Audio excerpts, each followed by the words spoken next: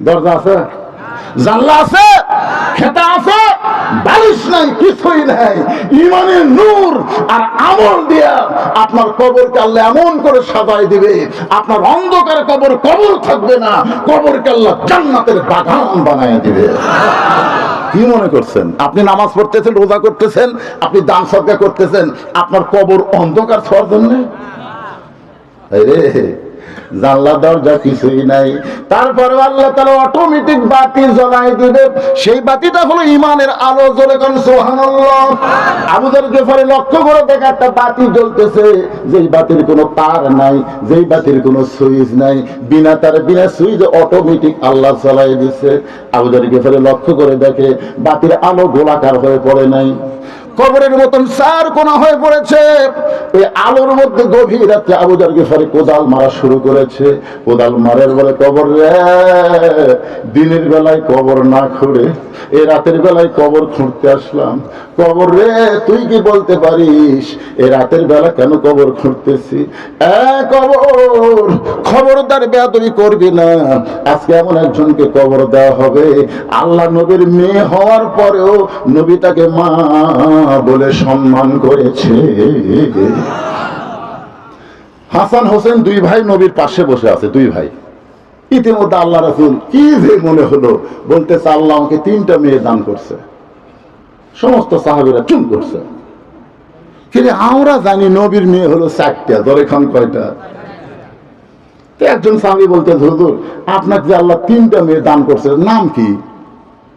আল্লাহ রাসূল বললেন, আমার একটা মেয়ের নাম হলো জয়নাব, আমার একটা মেয়ের নাম হলো রোকেয়া, আমার একটা মেয়ের নাম হলো কুলসুমা। সাহাবীরা বললেন, এ রাসূলুল্লাহ, আসলেই কি আল্লাহ আপনাকে 3টা মেয়ে দান করেছে?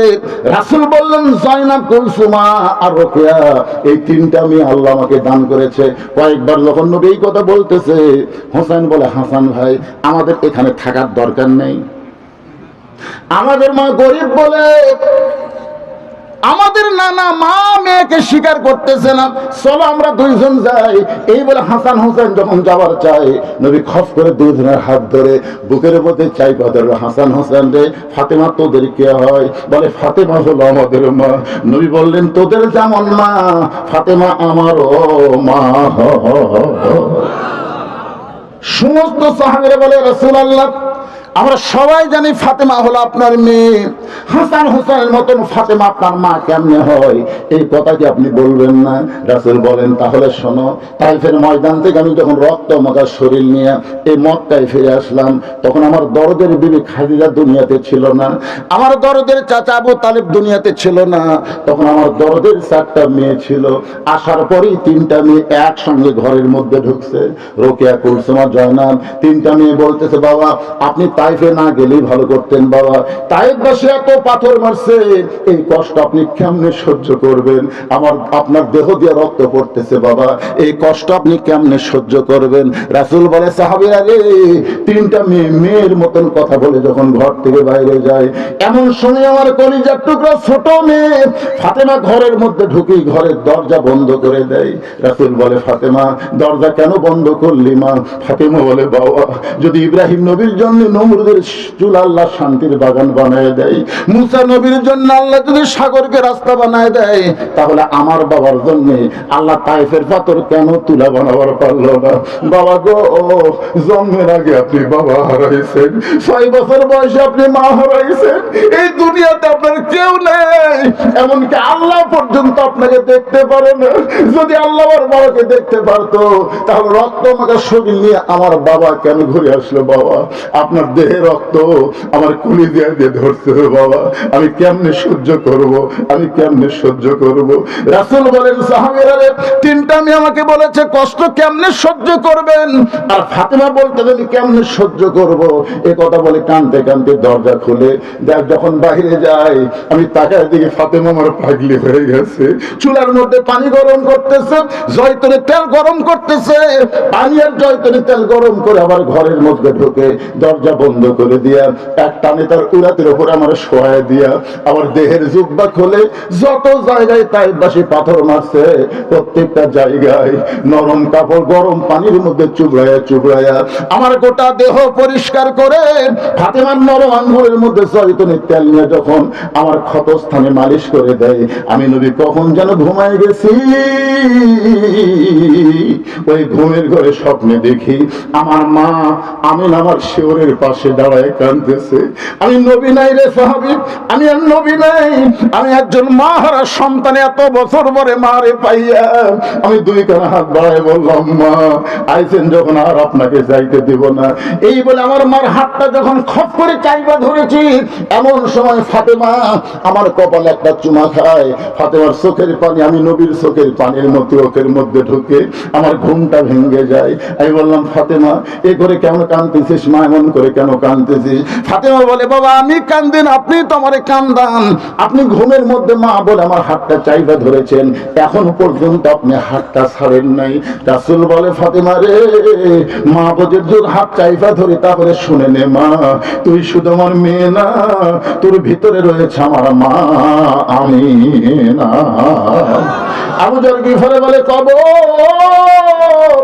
খবরদার বেয়াদবি করবি না, কারণ তোর মধ্যে এমন একজন মা আসবে যার দুইটা সন্তানকে আল্লাহ জান্নাতি যুবকদের সরদার বানায়া দিছে। সুবহানাল্লাহ। সাইদুস শাবাবে আহলুল জান্নাহ হাসান ও হুসাইন রাদিয়াল্লাহু তাআলা আনহুমা।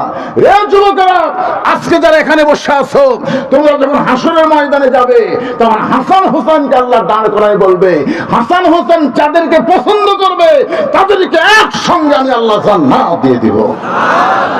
আর একদিকে মেসি নেইমারক দাঁড়িয়ে দিই, মেসি সব মেসির পাগল, নেইমারের পাগল, আর্জেন্টিনার পাগল, ব্রাজিলের পাগল, এরকম পাগলা আছে না? মেজরেজন আছে না? একটু মনোযোগ দিয়ে শোনেন। আবু যর গিফারি বলে, খবরদার বেয়াদবি করবি না, তোর মধ্যে এমন একজন বিবিকে রাখা হবে যার স্বামী হলো আসাদুল্লাহ গালিব হযরত আলী। এই কথা বলে আবার যখন কোদাল মারতে চায়, এমন সময় কবরের ভিতর থেকে আওয়াজ আসতেছে, আবু যর বারবার কবরকে সাবধান করো।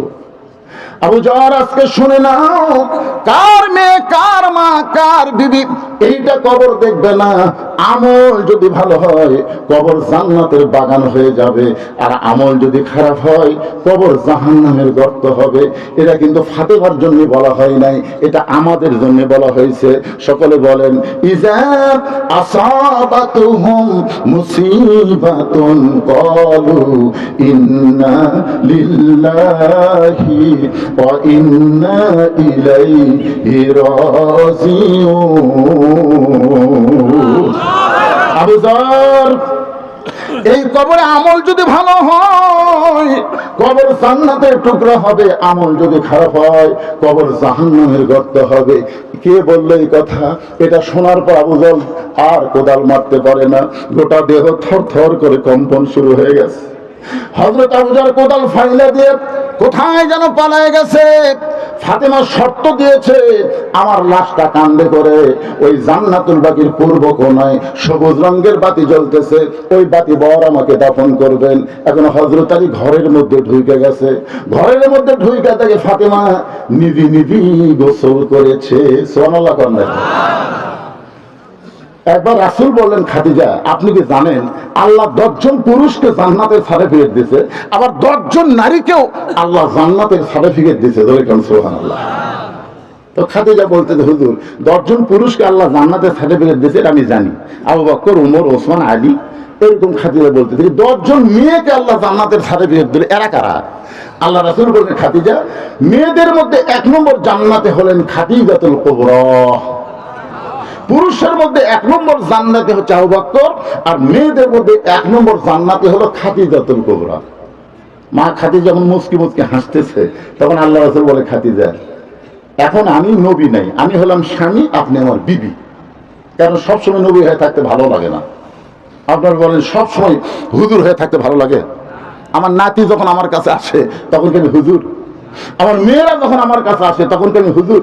আমার বউ যখন আমার কাছে আসে তখন হুজুর না, আমার বউয়ের কাছে স্বামী, মেয়ের কাছে বাবা, নাতির কাছে নানা। জোরে কোন কথা ঠিক কিনা? আপনার কি মন চায় না? আমাদের সকলের মন চায় একটু নাতির সাথে খেলাধুলা করি, করি কি করি না? একদিন ওই বুকের মধ্যে আমার এক ছোট্ট নাতি লিছি, ওই আবার সেই জিদ আলা আমার দাড়ির মধ্যে পাও ঢুকে দিয়ে বুঝলেন ছানা মারতেছে, মানে আমার বুকত বসে লেছি, ওই দুই পাও মারতেছে আমার দাড়ির, যেই কথা এরকম ধমক। আর মা দৌড়ে এসে বলতেছে যতই চেষ্টা করেন নবীর মতন হতে পারবেন না। আপনার বলে নায়েবে রাসূল, আপনার বলে আলেম গুলো বলে নায়েবে নবীদের ওয়ারিস, তার নবীকে ঘোড়া বানায় হাসান হোসেন খেলা করছে, আর আপনার দাড়ির মধ্যে গেলে পাওয়া দিছে, আপনি যে ধমক দিয়েছেন আপনি ডাকাতের মতন। আসলেই তাই ভাই, আমরা যতই চেষ্টা করি নবীর মতো হতে পারবো না। আল্লাহ নবী বলেন খাদিজা এখন আমি হলাম স্বামী, আপনি হলেন আমার বিবি। খাদিজা বলে হুজুর কি বলবার চান? আল্লাহ যদি আপনাকে 1 নম্বর জান্নাতি করে তাহলে 2 নম্বর কে হলে ভালো হয়? পুরুষের মধ্যে 2 নম্বর কে? ওমর। জোরে কারণ পুরুষের মধ্যে 2 নম্বর কে? 3 নম্বর না না, এগুলো মুখস্থ রাখা লাগবে বাগান। ইমাম গাজ্জালী বলেছেন এই 10টা সাহাবীর নাম পুরুষেরা, 10টা সাহাবীর নাম পুরুষেরা যদি অনর্গল মুখস্থ রাখতে পারে, মৃত্যুর সময় ওই 10টা সাহাবীকে মুখস্থ রাখতে গেলে অবশ্যই তাদের সাথে মহব্বত হবে, হবে কি হবে না? আপনি বলেন একটা মহব্বত লোকের মোবাইল নম্বর আপনার মুখস্থ আছে না নাই? কারো আছে? 2-1 জনের এরকম মুখস্থ নাই? যার মোবাইল নম্বর আপনার মুখস্থ, বুঝবেন তাকে আপনি মহব্বত করেন। তাহলে 10টা সাহাবীর নাম মুখস্থ রাখতে গেলে তাদের সঙ্গে একটা মহব্বত হবে। ইমাম গাজ্জালী বলেছেন আপনি যখন মৃত্যুর বিছানায় পড়ে যাবেন এমন সময়ে 10টা সাহাবী রুহানি তাওয়াজ্জুহ আল্লাহ আপনার প্রতি নাজিল করে আপনার জবানে আল্লাহ ঈমানের কলেমা জারি করে দিবে। পুরুষের জন্য 10টা সাহাবী, নারীদের জন্য এরকম 10 জন নারী সাহাবীর নাম মুখস্থ রাখার কথা বলা হয়েছে। পুরুষের মধ্যে 2 নম্বর হলো ওমর, 3 নম্বর ওসমান, 4 নম্বর আলী। রাসূল বললেন খাদিজা আপনি হলেন নারীদের মধ্যে 1 নম্বর, তাহলে 2 নম্বর কে হলে ভালো হয়? সঙ্গে সঙ্গে খাদিজা বলতে রাসূলুল্লাহ আমার মেয়ে ফাতেমাকে আল্লাহ যেন 2 নম্বর দেয়। নবী চমকে বললেন আল্লাহ আপনাকে 4টা মেয়ে দিয়েছে, কুলসুমা, জয়নাব, রোকেয়া। ওই 3টা মেয়ের নাম না বলে আপনি সরাসরি ফাতেমার নাম বললেন কেন? খাদিজা বলতেন হুজুর আপনি বাপ তো, আপনি কি বুঝবেন? এখন তার নবী নাই, আপনি তো বাপ, আপনি কি বুঝবেন? কোন সন্তান কেমন এটা বাবা জানে না, এটা জানে হলো তার মা। যেরকম না সুবহানাল্লাহ। কোন সন্তান কেমন? আমাকে এক ছেলে বলে হুজুর 11 মাস আমার খিদা কম, কিন্তু রোজার চাঁদ উঠলে আমার খিদা বাড়ে। আপনি বলেন তো হুজুর কারণ কি? আমি বললাম তোর মা বেঁচে আছে, কয় আছে, তো মায়ের কাছে যা। তো মা কেমনে জানবে? আরে পাগল তুই যে কেন রোজা থাকিস না রমজান মাসে, এটা আমি জানি না, তো তোর মাই জানে। তোর মা যে জিজ্ঞেস করছে মা রোজার মাসে আমার খিদা বেশি কেন? তখন মা কান্দে আর কয় তোর দাদি এই সর্বনাশ করছে। তুই যখন পেটে আসলি রোজার মাসে তখন তোর দাদি আমার কাছে বৌমা খবরদার রোজা থাকবে না, রোজা থাকলে পেটের বাচ্চা শুকা যাবে। তো দাদির কথা মতো আমি খাসি রে, শুধু আমি 1 লাখ খাইনি, পেটের মধ্যে তুইও খাইছি। এই যে রোজার মাসে তোর খাওয়া শুরু হয়েছে। এই জন্য খ্রিস্টান নেপোলিয়ন বলেছেন ভালো একটা সন্তান যদি চান তাহলে ভালো একটা মায়ের দরকার। ধরে কারণ কিসের দরকার? এই জন্য একটু মনোযোগ দিয়ে শোনেন। রাসূল বলে খাদিজা ফাতেমারে 2 নম্বর বলার কারণ কি? খাদিজা বলতেছে রাসূলুল্লাহ আপনি কি জানেন ওই ফাতেমা যখন জন্ম নিয়েছে তখন ফাতেমার সুরত কেমন ছিল? নবী চমকে উঠে বলতেছে আপনি তো আমাকে কোনোদিন বলেননি। খাদিজা বলতেছে আপনি শুনবার চাননি, আজকে শোনেন। ফাতেমা যখন জন্ম নিল ওই সময় আমি খাদিজার টাকায় দেখি ফাতেমা 2টা হাত দিয়ে তার ইজ্জত পর্যন্ত ঢেকে দুনিয়াতে বের হলো। আমি মা বহু চেষ্টা করেছি কিন্তু ফাতেমার ইজ্জত কোনোদিন দেখতে পাই নাই। সুবহানাল্লাহ।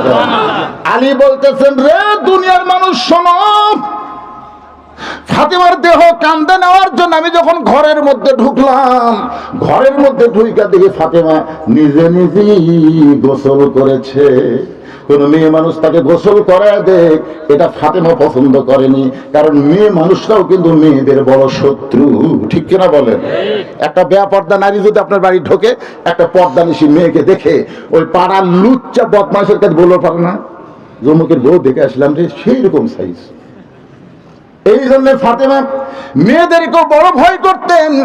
নিজে নিজে গোসল করেছেন, নিজে নিজে কাফনে কাপড় পরেছে। মাঝখানে কারা রে এরা কারা? এরা কে রে? সব কটা ফিদার করে দেখেন খোঁজরা থেকে। বসাবার পারেন আপনার, বসাবার পারেন না। এই রাত্রে এখন বাজতেছে রাত 12টা, 12 সময় কোথায় যাবেন? কিসের পেশাব? আর ছোট বাচ্চার পেশাব চাপ কি? আপনার হয় না, আমার হয় না, ওরা হইবে না। না সেটা না, এই বাচ্চাগুলোকে এখন থেকে যদি আপনি সাইজ না করে পারেন, বিশ্বাস করেন এই বড় হলে কি মাল হবে আপনি জানেন? আশ্চর্য কথা। আরেকটা হলো, আর একবার শোনেন, ইজা আসাবাতুহুম মুসিবাতুন ক্বালু, সকলে পড়েন ইন্না, পড়েন না ভাই, ইন্না লিল্লাহি ওয়া ইন্না ইলাইহি রাজিউন। গানটা একবার শোনেন। কোন বনেরই পাখি তুমি আইলারে কোন বনে, আবার কোন বনেতে যাইতে হবে পড়ছে নাকি মনে। সবাই বলেন, আমার হীরা মন পাখি, আমার প্রাণ প্রাণ পাখি, তোরে কোথায় রাখি পাখি রে, সবই মিশে আর ফাঁকি। মিশে মায়ায় বন্দি থাইকা, মিশে মায়ায় বন্দি থাইকা করলাম কত খেলা। পশ্চিমে তাকায়া দেখো, পশ্চিমে তাকায়া দেখো, ডুইবা গেছে বেলা পাখি রে, সবই মিশে আর ফাঁকি। সবাই বলেন, এক পলকের নাই ভরসা, কয় পলকের? এক পলকের নাই ভরসা, মিশে সকল আশা। কখন বুঝি দারুণ ঝরে, কখন বুঝি দারুণ ঝরে, ভাঙবে তোমার বাসা পাখি রে, সবই মিশে আর ফাঁকি। এখনই যদি একটা ভূমিকম্প হয়, আপনি বলেন 3 তালাক থাকবেন না নিচ তালাক নামবেন? কথা কন না কেন ভাই রে? কয়েকদিন আগে ঢাকাতে একটা হয়নি, ঢাকাতে একটা এত জোরে নামিসা না হুজুর থাকা যাবি না হুজুর। অনেকে গোরস্থানত গেছে, বাপের কাছে মায়ের কাছে, যে হারে লড়া শুরু হয়ে গেছে।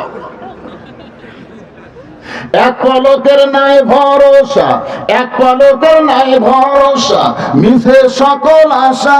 কখন বুঝি দারুণ ঝড়ে, ভাঙবে তোমার বাসা পাখি রে, সবই মিশে আর ফাঁকি। আর এই চোখ দিয়ে দর দর করে পানি পড়তেছে। ডান পাশে হাসান ঘুম পাড়ে, বাম পাশে হোসেন ঘুম পাড়ে। দুইটা সন্তানকে ঘুমের মধ্যে রাখা ফাতেমা নিজে নিজে গোসল করে, নিজে নিজে কাফনের কাপড় পরে, দুইটা সন্তানের বুকের উপরে দুইটা হাত দিয়া মাঝখানে চিরদিনের মতন বিদায় নিয়েছে। আর এই শ্রদ্ধা দর দর করে পানি পড়তে। এই দুইটা সন্তান যদি চেতন থাকতো, তাহলে ফাতেমারে গভীর রাত্রে দাফন করা বড় কষ্ট হইতো। এই জন্য ফাতেমা দেখেন কিভাবে দুইটা সন্তানকে ঘুমায় দিয়া, দুইজনের বুকের উপর দুইটা হাত দিয়া চিরদিনের মতন বিদায় নিয়েছে। হযরত আলী দুইটা সন্তানের মাঝখানে এসে মাজানকে কাফনের মধ্যে ফাতেমার হাতটা ঢুকাইয়া দিয়া, মাথাটা বেঁধে কান্দের উপরে লাশটা নিয়ে দরজায় গিয়ে বলে, হাসান হোসাইন, আমার কোনো দোষ নাই বাবা, আজকে 6টা মাস হলে তোরা নানা নানা বলে কাঁদতেছিস। ঘুম থেকে চেতন পাওয়ার পরে তোরা আমাকে দোষ দিস বাবা। যেই মা ওদেরকে আদর করে ঘুমায় দিল, সেই মা এখন কোথায় গেল? তোর মা এমন শর্ত দিয়েছে বাবা, তোদেরকে আমি চেতন করবার পারবো না। আমার কোনো দোষ নাই রে, আমার কোনো দোষ নাই। ফাতেমার লাশটা কান্দে করে নিয়ে হযরত আলী জান্নাতুল বাকি গোরস্থানের দিকে যায়। কবরের মধ্যে ঢুইকে বলে, আবু জর কোথায় রে আবু জর, তুই আর থাকিস না। আমার আল্লাহ তাআলা ফাতেমার কবরকে কিয়ামত পর্যন্ত পর্দা করার জন্য আবু জরকে আগে ভাগেই কবর থেকে পাগল বানায়া খেদায় দিছে। হযরত আলী কান্দে করে নিয়ে ওই জান্নাতুল বাকির পূর্ব কোণায় কবরের মধ্যে ফাতেমারে রাইখা